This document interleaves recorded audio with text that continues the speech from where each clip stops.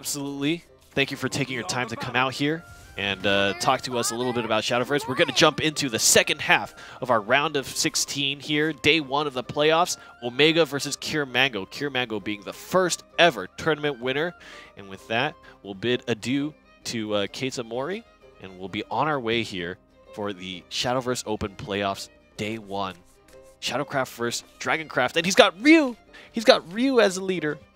He's got Ryu, and yeah, Cure Mango, the first winner we ever had, and he's been sitting on his points. He's been sitting and waiting, playing, streaming a lot. He's a very avid streamer, and I feel like he is more than ready, poised in a position to take this game away from ExG Omega, although we've seen ExG Omega make it second place twice, which is absolutely huge, being able to make it that far.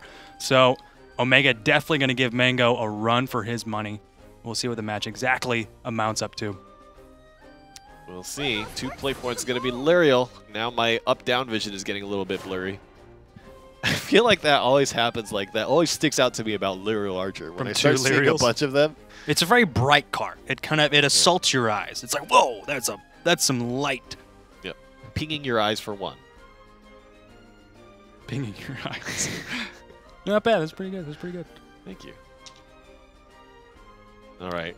Shadowcraft thinking a little bit. Yep, he does have the zombie party in his hand. That could get rid of the Archer for sure if you want to do that. But he's going to go with the Conjurer. Gonna try to stay 1 step ahead of the board.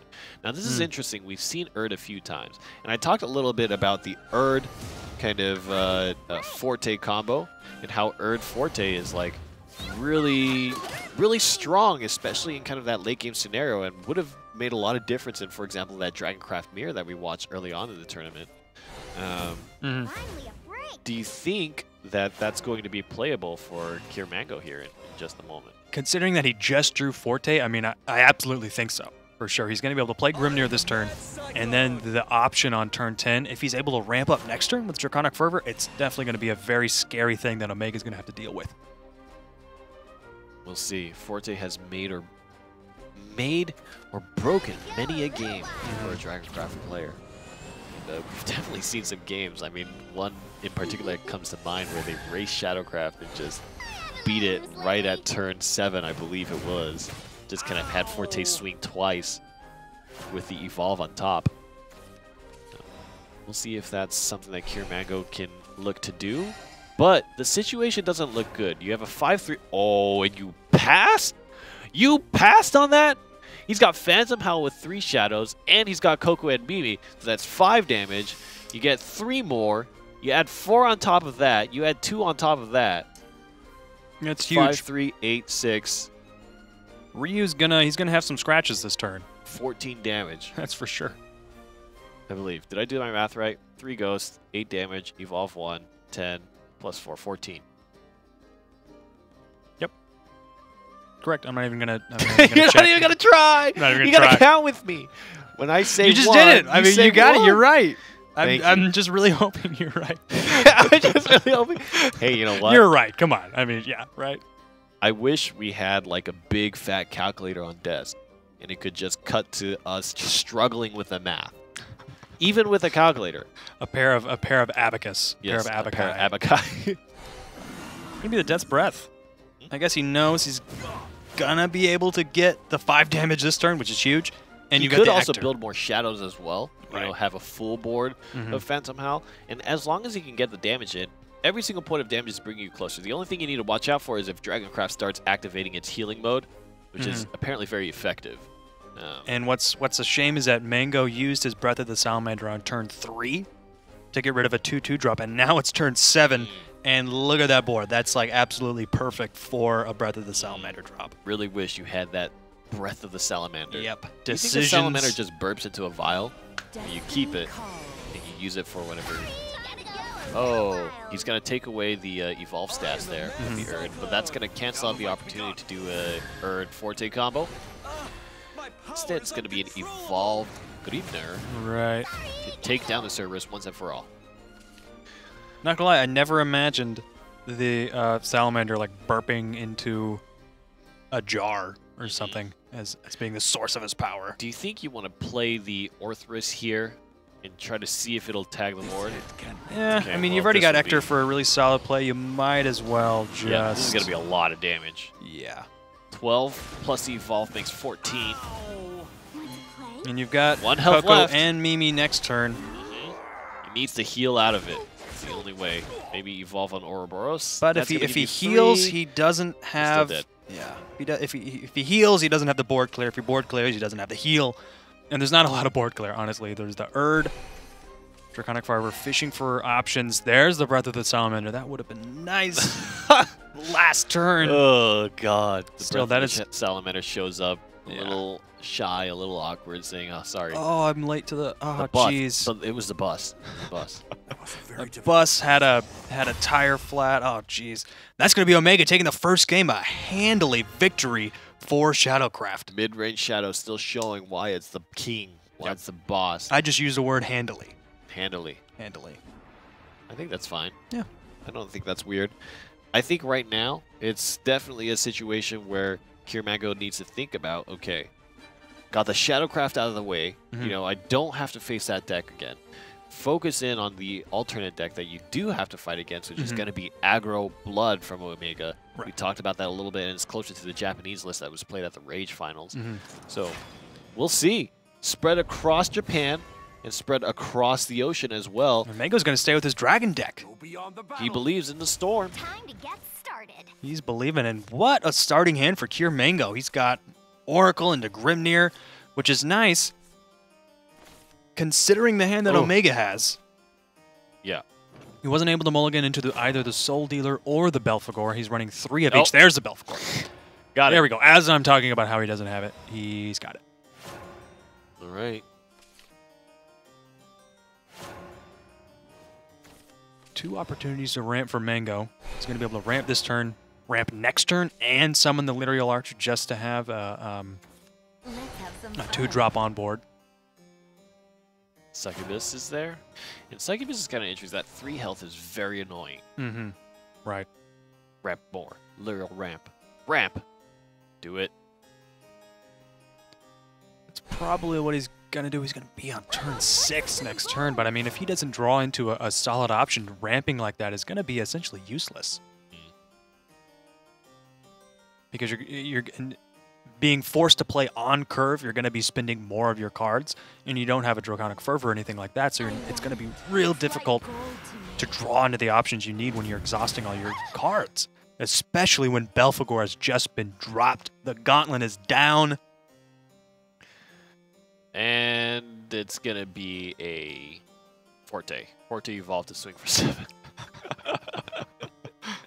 Yeah, I'm so cynical now. I'm just... Oh, man, this is a bad place to be. Yeah, that'd be huge. This is a bad place to be. But even if he does get the 7 from the Forte, there's Diabolic... No, there's not Diabolic Drain. There is. Diabolic Drain. Right there. Oh, what am I saying? I just completely went blind. It's next to the So he's dark. got It's Diabolic... sandwiched between the 2 Dark Generals. Yeah, he's going to be able to just get rid of the Forte easily and then go for face. But still, then Omega will be at 3 health. But it all depends on what the draw, of course, is going to be. It's a Grimnir. And he's not in overflow. Neither of these options are really super exciting for Kiermango. He's probably going to have to evolve the Wrath Drake, I think. But, yeah, but then you don't get the ward. So it takes off the Succubus, and evolve trades into Belphegor rather nicely. But definitely feeling like he's on the back foot. He's going to leave it at 2 health, which is just easy pickings. But it does need to be removed. And this is kind of the big issue with something like Vengeance Blood, is that you can't really let cards stay on the table all too often. Yeah, very true. But you do have the easy access options to get rid of them. There's 2 Diabolic Drains in his hand. Plays the Dark General first because you'll heal from Diabolic Drain, and you'll be out of Vengeance. So he gets a guaranteed 6 damage from the Storm. There it is. Good order. Omega on the verge of making the first upset happen. This will be the first match if Omega wins, where there's a matchup where the lower seed player can't take the series. But my will abide. My boss works us to the bone. And just not good options for Kiermango right now. Oh boy. He's going to be able to put himself in vengeance again with Belphegor, draw And two more cards, options. and then he'll still be able to Urias, maybe Hungering Horde again. Hungering Horde again, the first time to at least get rid of the Lyrial Archer, so there's nothing on board. But Omega's been able to drop Mango down to 12 health. That's huge. Considering Mango was at 20 health and Omega was at 10. That's what the Vengeance Blood deck is so great at doing.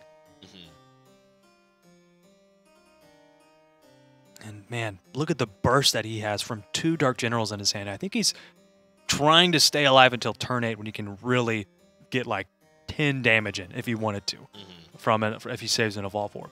But that's still 2 turns away. It's going to be difficult for Omega to stay alive. The options in Kiramango's hand still just not that great. Yeah. Evolve Urias to be able to take down the Lyrial Archer. Guarantees that you're going to have to drop a card, and staying at 3 health means that you avoid kind of that Salamander. Oh boy. Yeah, I don't think... I mean, this was real awkward. Oh god, okay, at least you have a ward. He could have just Grimneared and then Breath of the Salamander, ensuring that he could have cleared off both the followers, but I guess he really wanted that card draw, knowing he's in ramp. So he's going to be on turn 10 next turn. 15 health. I don't think Omega's going to be able to close out the game next turn. Can he evolve the Grimner? Take down Belphegor here. My power's uncontrollable.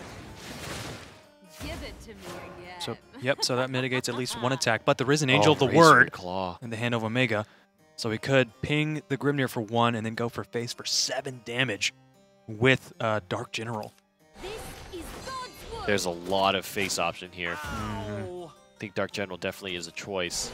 Rage empowers me. And that leaves the Razor Claw to be able to do 3 damage here of the 7 points of health he has left. Bahamut is an option. Bahamut's But an what if option, he gets but... double? Oh, it's going to be Grimnir, so he's going to get the ward. Okay. Ow. This is coming down to the wire. We're on that 8 play point turn. There's still some very incredible things that could Yeah, happen I think Omega can win it. He can Diabolic Drain the Grimnir. Yes. And then General Storm Claw. with Dark General and then Razor Claw. There it is. Aggro Blood. Oh, if you evolve it, it'll survive with 1 health. I think that's what he's thinking about doing. We'll see if he plays around it. Oh, yeah. Having 5 defense would be crucial. Because Eyeball Drain wouldn't be able to take it out. Oh, no! Man! That's gonna and be it. double Razor Claw on top of all of that. He got 2 Razor Claws. Omega earning 2nd place in Week 7 and Week 8, showing us that he can show up time and time again.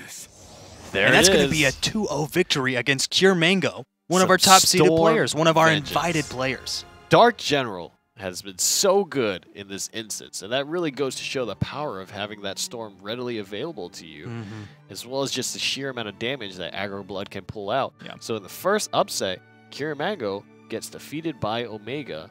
And I think their points were actually probably pretty close, so it wasn't that surprising that